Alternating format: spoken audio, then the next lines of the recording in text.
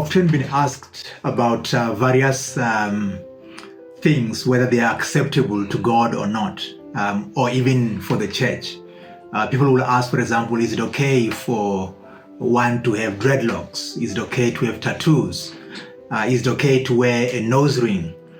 And these questions are often because the church has made one big mistake throughout its history, and that is to confuse our cultural practices with the gospel.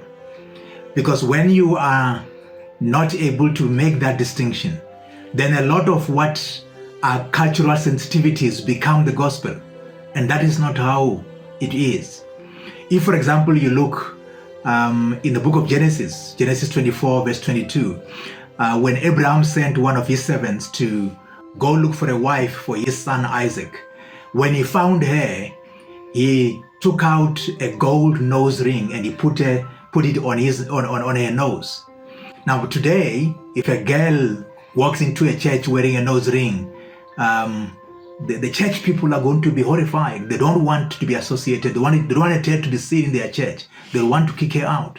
If a guy walks into some churches with dreadlocks, or even a woman, people are going to kick them out. If they see a person with tattoos, they're going to kick them out.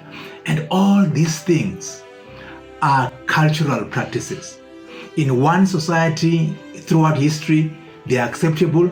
In another society, they are not acceptable.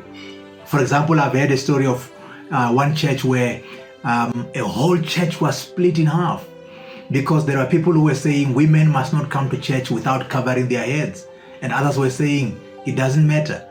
And it's because we don't understand that there are some things that Paul, for example, addresses in the New Testament, which were cultural expressions of his day, and to address and protect the church from being scandalized, he forbids certain behaviors from church members.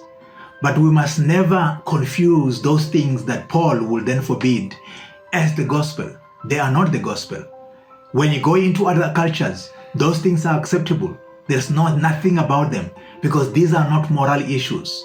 These are not doctrinal issues about who God is and what he wants us to be as his image bearers. So it's important to understand that as a church, we must not confuse what is cultural practices and what is the gospel, because the gospel is pure. It does not play out on the basis of what our culture accepts or does not accept.